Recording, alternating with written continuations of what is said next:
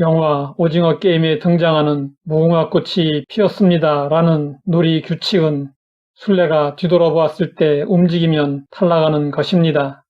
이 게임이 주는 교훈 중에 하나는 욕심이 과하면 패망하게 된다는 것입니다. 사람들은 과욕을 부리다가 패망하곤 했습니다. 러시아의 문호 톨스토이는 어떤 농부의 이야기를 즐겨 했습니다. 이반이라는 농부가 평생토록 주인 집에서 머슴살이를 했습니다. 어느 날 주인이 농부를 독립시켜 주려고 그에게 엄청난 제안을 했습니다. 내일 아침부터 내가 밟고 돌아오는 땅을 모두 너에게 주겠다. 농부는 그 다음날 새벽에 일어나자마자 달리기 시작했습니다. 농부는 좀 더 많은 땅을 차지하기 위해 밤늦게까지 전력을 다해 뛰었습니다. 그 덕분에 많은 땅을 얻을 수 있었습니다. 그러나 농부는 주인집 대문에 들어서면서 지쳐 쓰러져 죽고 말았습니다. 그가 차지한 땅은 그의 무덤으로 사용된 3평 뿐이었습니다. 이것이 안타까운 우리 인생의 모습입니다. 아무리 가져도 만족할 줄 모르는 존재가 우리 인간입니다. 성경은 말씀하고 있습니다. 은을 사랑하는 자는 은으로 만족하지 못하고 풍요를 사랑하는 자는 소득으로 만족하지 아니하나니 이것도 헛되도다. 마음에 욕심이 자리 잡으면 아무리 가져도 만족하지 못합니다. 어느 기자가 미국의 한 재벌에게 물었습니다. 당신은 소유한 재산에 만족하십니까? 그는 아니라고 대답했습니다. 기자는 다시 물었습니다.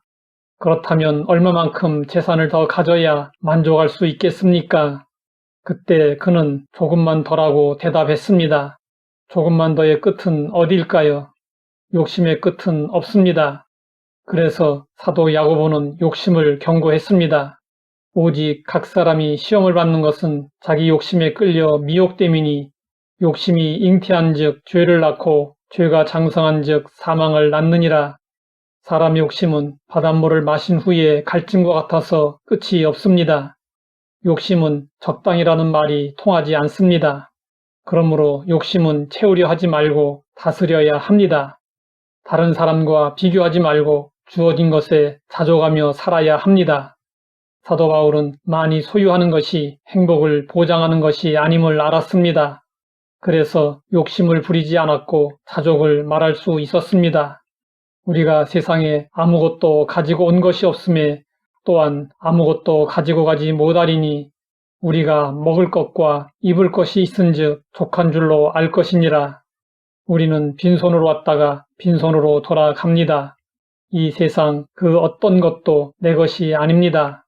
사는 동안 잠시 누리다가 떠날 때 다 놔두고 가야 할 것들입니다. 사도 베드로는 나그네와 같은 우리에게 이렇게 권고했습니다. 사랑하는 자들아, 고류민과 나그네 같은 너희를 권하노니 영혼을 거스려 싸우는 육체의 정욕을 제어하라. 우리 인생이 여행이라면 우리는 나그네입니다. 나그네의 길이 즐겁고 평안하려면 짐이 가벼워야 합니다. 그러나 알아도 잘 되지 않는 것이 비우고 내려놓는 일입니다. 그러면 어떻게 해야 할까요? 인간은 본성적으로 비울 수 있는 존재가 못 됩니다. 그러나 비우려 하지 않아도 비워질 때가 있습니다. 이 놀라운 비움의 비결을 발견하고 경험한 사람이 바울입니다. 바울은 예수님을 만나 변화된 삶을 이렇게 증언했습니다. 그러나 무엇이든지 내게 유익하던 것을 내가 그리스도를 위하여 다 해로 여길 뿐더러 또한 모든 것을 해로 여김은 내 주 그리스도 예수를 아는 지식이 가장 고상하기 때문이라. 내가 그를 위하여 모든 것을 잃어버리고 배설물로 여김은 그리스도를 얻고 그 안에서 발견되려 함이니. 고상하다는 말은 철학적 개념이 아니라 상업적인 개념입니다. 그리스도를 아는 지식이 워낙 값이 비싸서 모든 손실을 갚고도 남는다는 뜻입니다. 바울은 예수님을 알게 된 것으로 자신이 포기한 모든 것들을 보상받고도 남음이 있었습니다. 우리는 예수님을 온전히 알 때 참된 만족을 얻고 욕심을 다스리고 자족하며 살아갈 수 있습니다. 하나님 아버지, 만족하지 못하는 우리의 모습을 돌아보게 하시니 감사합니다. 예수님으로 말미암아 육체의 정욕을 제어하고 자족하며 살게 하옵소서. 예수님의 이름으로 기도드립니다.